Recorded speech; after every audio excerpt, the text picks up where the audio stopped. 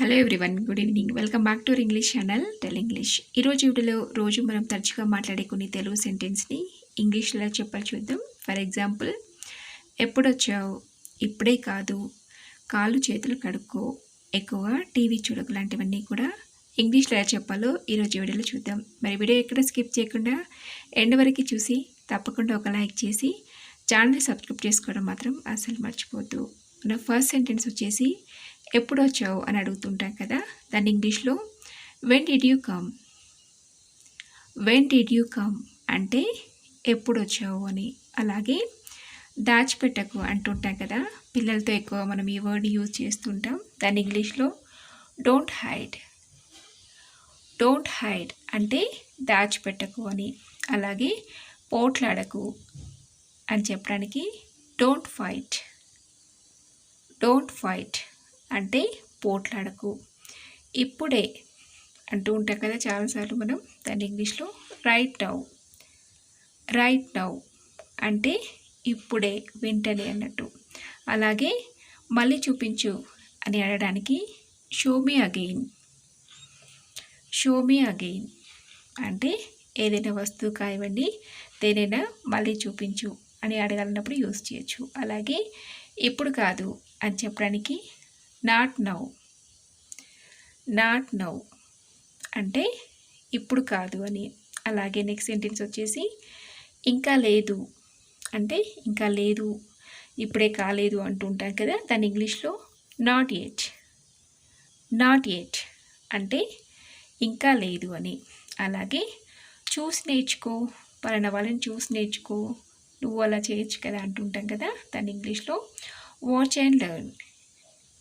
Watch and learn అంటే చూసి నేర్చుకొని. అలాగే నేనేం తినాలి అని అనడానికి what should I eat. What should I eat అంటే నేనేం తినాలి అని.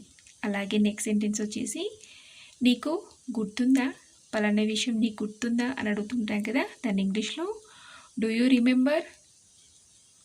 డూ యూ రిమెంబర్ అంటే నీకు గుర్తుందా అని. అలాగే గట్టిగా మాట్లాడుకో, పిల్లలు బాగా అరుస్తున్నప్పుడు అంటూ ఉంటాం కదా, గట్టిగా మాట్లాడుతున్నప్పుడు దాన్ని ఇంగ్లీష్లో డోంట్ స్పీక్ లౌడ్లీ.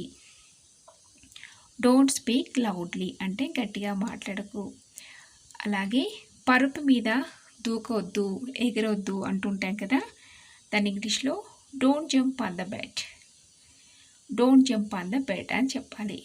అలాగే నాది తప్ప, నేను చేసింది తప్ప అనడానికి am I wrong. Am I wrong అంటే నాది తప్ప అని. అలాగే కాళ్ళు చేతులు కడుక్కో అంటూ ఉంటాం కదా పిల్లలతోని, స్కూల్ నుంచి రాగానే లేదా బయటికి వెళ్ళి రాగానే, దాన్ని ఇంగ్లీష్లో ఫ్రెషన్ అప్. ఫ్రెషన్ అప్ అంటే కాళ్ళు చేతులు కడుక్కో అని. అలాగే నన్ను వదిలేయి అని చెప్పడానికి లీవ్ మీ. లీవ్ మీ అంటే నన్ను వదిలేయి అని. అలాగే నెక్స్ట్ సెంటెన్స్ వచ్చేసి నన్ను ఆలోచించనివ్వు అని అంటూ ఉంటాం కదా, దాన్ని ఇంగ్లీష్లో let me think. Let me think అంటే నన్ను ఆలోచించనివ్వు అని. అలాగే నేనేమి చేయలేని పరిస్థితిలో ఉన్నాను అని చెప్తుంటాం కదా చాలాసార్లు, మనతో కాంది, దాన్ని ఇంగ్లీష్లో ఐఎమ్ హెల్ప్లెస్. ఐఎమ్ హెల్ప్లెస్ అంటే నేనేం చేయలేని పరిస్థితిలో ఉన్నాను. ఎక్కువగా టీవీ చూడకు అని చెప్తుంటాం కదా పిల్లలతో, దాన్ని ఇంగ్లీష్లో don't watch TV too much. Don't watch TV too much అంటే ఎక్కువగా టీవీ చూడకు అని. అలాగే టీవీ చూడడం ఆపేయి, ఇక చాలా చూసిన కాడికి బంద్ అంటూ ఉంటాయి కదా, దాన్ని ఇంగ్లీష్లో stop watching TV. Stop watching TV అంటే టీవీ చూడడం ఆపేయి అని. చూసారు కదా, ఈ చిన్న చిన్న సెంటెన్స్ అన్నీ కూడా మీకు చాలా యూస్ఫుల్గా ఉంటాయి అనుకుంటున్నాను. ఒకవేళ మీకు ఈ వీడియో నచ్చితే తప్పకుండా ఒక లైక్ చేసి మరెన్నో ఇలాంటి యూస్ఫుల్ వీడియోస్ కోసం ఛానల్ని వెంటనే సబ్స్క్రైబ్ చేసుకుని పక్కనే ఉన్న బెల్ ఐకాన్ని క్లిక్ చేయండి. మరొక యూస్ఫుల్ వీడియోతో నెక్స్ట్ వీడియోలో మీ ముందుంటాను. Thanks for watching.